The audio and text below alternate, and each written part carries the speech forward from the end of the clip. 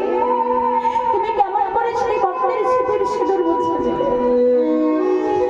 আমি তো কোনো দোষ করিনি, আমি তো কোনো অপরাধ করিনি। বলো না আমার কি কোনো দোষ ছিল, আমার কি কোনো অপরাধ ছিল?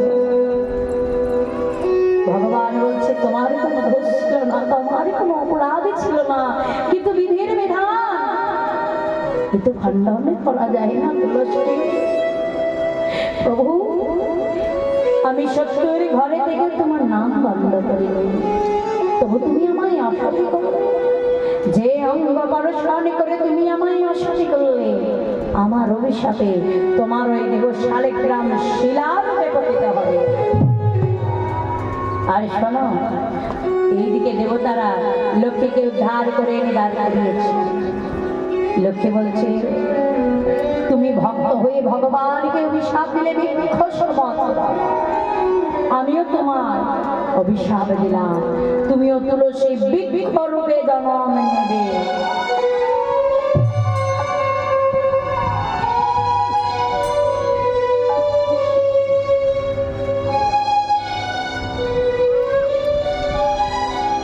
তবে তুমিও নারী, আমিও নারী, নারী হয়ে নারীর মান রাখাতে ওই তুলসী পত্র থেকে ভগবান মাথায় নেবে, চরণ নেবে, আর তার সেবার জন্য ওই তুলসী পত্র ছাড়া সেবা হবে না। আর যারা ভগবানের ভক্ত হবে তারা তুলসীর মালা কণ্ঠে ধারণ করবে। আর হে শঙ্কর দৈত্য, তুমিও যাবে শঙ্করূপে পূজা শেষে মঙ্গল ধ্বনি হিসেবে ব্যবহৃত হবে। আর যত এরপতি সদবা নারী তারা স্বামীর মঙ্গলের জন্য ওই শঙ্খ কেটে শাখা করে তারা স্বামীর মঙ্গল চাইবে। গাই করবে না আনন্দে হরি বল হরি বল হরি বল। তাহলে সেই তুলসী কে বলছে স্বর্ণেশ্বর তুলসী এক কাজ কর, আমার বধূর জন্য আমি একটা মালতী ফুলের মালা গেছি আর একটা কপুর মিশ্রিত তাম্বুল, তুই আমার বধূর গলে মালাখানা পরিয়ে তাম্বুল সেবা করিয়ে দিলাম। তবে হ্যাঁ, চোকাচুকি হবি না, বদন পানে চাইবে না। তাহলে মালা কি করে পরাবো, কেন সই? আমা আপনারা দেবতার গলে মালা পরান না? পরান কি দেখে? নয়ন দেখে না বদন দেখে? কি দেখে পরান? নয়ন দেখেন না বদন দেখে? বদন। কিন্তু এখানে রাধারানী বলছে নয়নও দেখা যাবে না, বদনও দেখা যাবে না। তাহলে কি করে মালা পরাবে? বলে এটা হলো গোবিন্দ সেবার ভদনের মালা। এটা পরাতে গেলে বলে চরণে ছেয়ে পরাইবি, মালা চরণ ছেয়ে পরাইবি, মালা চরণ ছেয়ে পরাইবি, গোবিন্দয় চরণের মালা চরণে ছেয়ে পরাইবি, বলে গোবিন্দয় চরণে মালা চরণ ছেয়ে পরাইবি, স্মরণে করে চরণে ছেয়ে পরাইবি, আমার হরে স্মরণ করে চরণ ছেয়ে পরাইবি। ভজনের মালা পরাতে গেলে চরণে স্মরণ রেখে বদনকে অনুসরণ করে পরাতে হয়। তাই আজকে সখীকে বচন দিয়ে তুলসী রাধারানী চরণের ধুলা মাথায় নিয়ে এবারে চলে যাচ্ছে। কেমন করে যাচ্ছে জানো? আরে তুলসী প্রেয়সী মনেতে হরসী, তুলসী পেয়েছি মনেতে হরসি, পেয়েছি মনেতে হরসি, আধুলি গায়ের বলে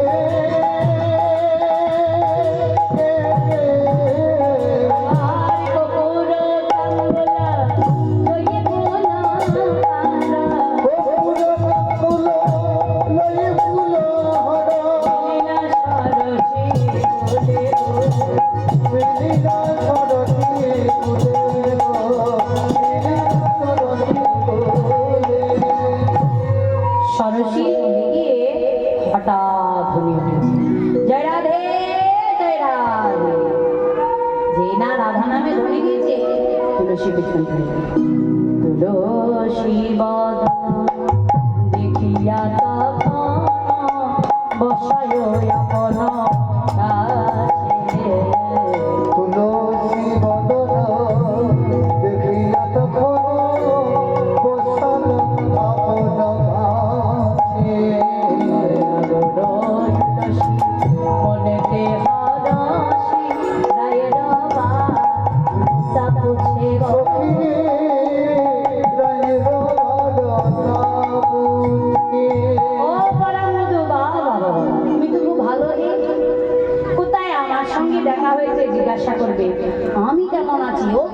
কেমন আছো?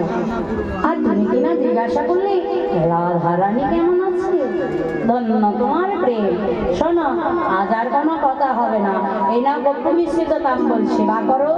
আর এই দেখো সেধনী মালা পাঠিয়েছি, বলে পদ পদ মালা পদ পদ পদ মধু মালা পদ হে পদ মধু মালা পদ হে আমার রাধা রাধের মালা পদ পদ মালা পদ হে আমার রাধা নামে গামালা বলি বড় মালা বড় হে আহা বড় বড় মালা বড় হে আহা বড় বড় বলি বড় বড় মালা বড় হে তুলসী, এই কোন মালা তুই আমায় পরালি তুলসী? যে মালা পরে আমার জ্বালা বেড়ে দ্বিগুণ হয়ে গেল। দেখ না রাধারানী যে মালা গেঁথেছে, অমা আমাদের মালা তো সুতো দিয়ে গাঁথা গো, কিন্তু রাধারানী যে মালা গেঁথেছিল বিনি সুতার মালা, মানে একটা করে ফুল, এক বিন্দু চোখের জল, আর একটা করে ফুলে ফুলে যোগ লাগিয়ে অনুরাগ আঠা দিয়ে। দেখ না কেমন আমার বক্ষ কমল ভিজে গেল। পারবো না, এ মালা পড়তে আমি পারবো না। এই মালা আমি তোকে খুলে প্রসাদী করে দিলাম। এই মালাখানা দিদি রাধারানীর করে দিয়ে বলিস আমি সরস্বতীর গুলি অপেক্ষা করছি, তারা যেন এসে আমার সঙ্গে দেখা করে। তুলসী মালাখানা নিয়ে চলে যাচ্ছে। এইদিকে শেখরদাস পদকর্তার এক পাশে কলম নেবে। শেখর আসিয়া সময় বুঝিয়া সুপদ করে বলি, আহা সকল আসে সময় বুঝিয়া সমুদ্র বলি বলে যে বিনোদিনী আসিয়া কোনে তাকে সরস্বতী তুলে। রবি ঠাকুর সরস্বতী তুলে রবি ঠাকুর সরস্বতী শুধু অপেক্ষা করো, সেই ধনী ধনী আসবে এখনই এই সরস্বতী তুলে। এইদিকে শ্রীমতী রাধারানী নিজ মন্দিরে বসে বসে কাঁদছে। এমতো সময় ললিতা সখী গিয়ে বলছে, রাধে ও রাধে, এমন করে কাঁদছিস কেন রায়? কি হয়েছে? ওই দেখ না, তোরা তো কেউ ছিলিস না, তোদেরকে দেখতে না পেয়ে আমি তুলসীকে বনে পাঠিয়েছি। তো ভালো করেছিস, আর তুলসী আসবে না। যদি তুই একবার গোবিন্দের চরণে পাই, সে কি কখনো আসতে পারে রায়? তাহলে কি হবে উপায়? এরা একটা উপায় আছে। উপায়টা কি জানিস? লিখা দিতে পারিবি কারে, কবিতে বাড়ি বিরাজে বাড়ি বিরাজে এরা হচ্ছে কি আনতে পারবি? পারবি কাঁদতে? বাজনা বাজাতে বলি না, বলছি কাঁদতে। কানতে তো আগে তো কোনোদিন কান্দিনি। আগে কাঁদনি না, রাধারানী আবার কাঁদে না। জন্ম থেকে কাঁদছিস আর বলতে কাঁদি না। আমি এখন রাধারানী হয়ে গেছি সে তো আমি জানি না। উল্টো পাল্টা বলিস না। কি হয়েছে বল? বলছি একটু কেঁদে দেখা, কাঁদতে পারিস? আসল কাঁদা নয়, নকল নকল নকল নকল। নকল হ্যাঁ নকল কান্না দেখতে পারি চেষ্টা করে। দেখ একটু দেখ, কাঁদতে পারিস কিনা একটু দেখ।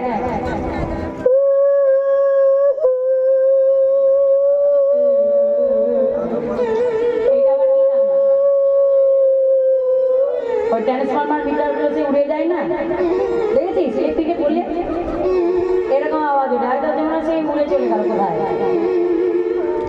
ও কান্না হবে না। তাহলে কি হবে কান্না? সুর দিয়ে, সুর দিয়ে। সুর দিয়ে? হ্যাঁ সুর দিয়ে।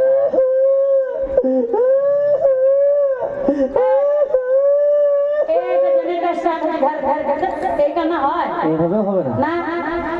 আর একটু জোরে জোরে সুর দিয়ে কাঁদে, অনেকটা সুর দিয়ে, অনেকটা সুর দিয়ে। অনেকটা সুর দিয়ে? হ্যাঁ কাঁদ। কি কিছু বলে কানতে হবে নাকি? না আগে সুর দিয়ে ভালো করে কেঁদে দেখা। এ থাম থাম থাম থাম। এই রাতের বেলায় পাশে করে কুকুর কাঁদে দেখেছিস? তো তুই তো বললি যে সুর দিয়ে কানতে হবে। ঠিক মনে হচ্ছে আমি পাশে করে কুকুর কাঁদছি। তুই তো আমাকে বললি যে সুর এই দিয়ে মা কানতে গো হবে। মা গো বলে কাঁদ। মা গো বলে? হ্যাঁ মা গো মা গো। বাবা।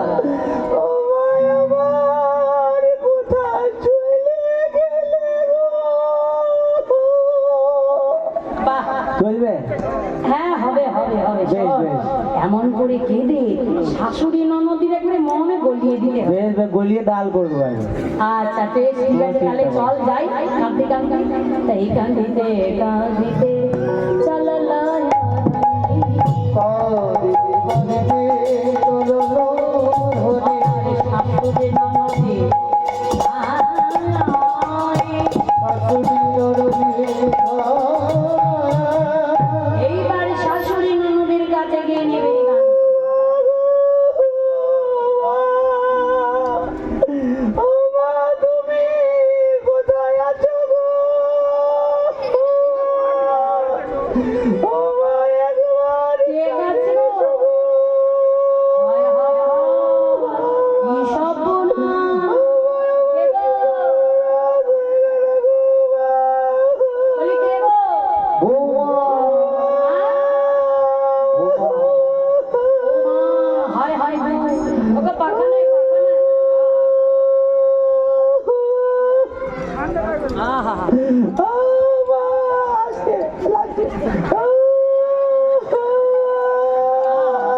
এই বৌমা দেখি। বাবা, সত্যি গো আমার বৌমা। বলি ও বৌমা, বলি ও বৌমা, বলি ও বৌমা, কানের মোটা খেয়েছো? হ্যাঁ? এত ডাকছে কেন দেখি? সাধে আমি সহ্য করতে পারি না রাধারানীকে। বলি ও বৌমা। না, এইভাবে ডাকতে হবে না। শুধু ডাকতে হবে। বৌমা, দেখেছো কেমন কাণ্ডে? এখানে যারা শাশুড়িরা আছো, আমি তাদেরকে একটা কথা বলে যাই, ঘরের বউকে নয় জোর গলাতে ডাকবে না। হ্যাঁ, যদি জোর গলায় দেখেছো ওই বৌমা তখন কিন্তু বোমা হয়ে যাবে। মনে রেখো কথাটা, আমার মতো ডাকবে। শুনে না আমি কি বলি। বৌমা, বলি কি হলো মা?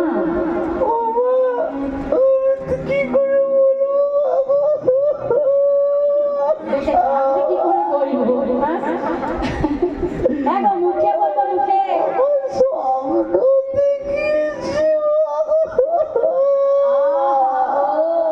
কেমন বোকা আমি!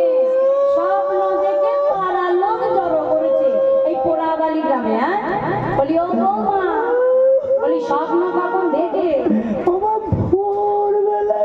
ও মা গো, ও মা, ভোরের স্বপ্ন যে সত্যি হয় কি দেখেছে জিজ্ঞাসা করি।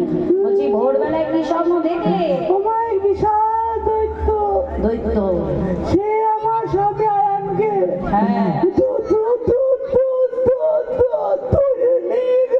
হায় হায় গো, ও আমার সাথে নাই বাজ নাই একটা ছেলে গো। তার যদি কিছু হয় কি পাবে মা গো? আমার ছেলে মানে তুমি কেন বললে কেন? কেমন দেখেছো? বলছি কোনো বিধান দিয়েছে? বলো বলো শুনি। ও কি বলেছে জানো? বলে যদি কোনো সদবা নারী পরশে যমুনার বাড়ি, যদি কোনো সদবানারি পরশে যমুনাবারে সূর্যোদয়ের ঘুরে জনে জনে মা গো। দয়াল হৃদয়ে জনে জনে মা গো। আয়ত বাড়ি বেটা চির সুখী চিরকাল। আয়ত বালিকা চির সুখী চিরকাল। ঘরে ঘরে এখন প্রতি পদে পদে প্রতি পদে পদে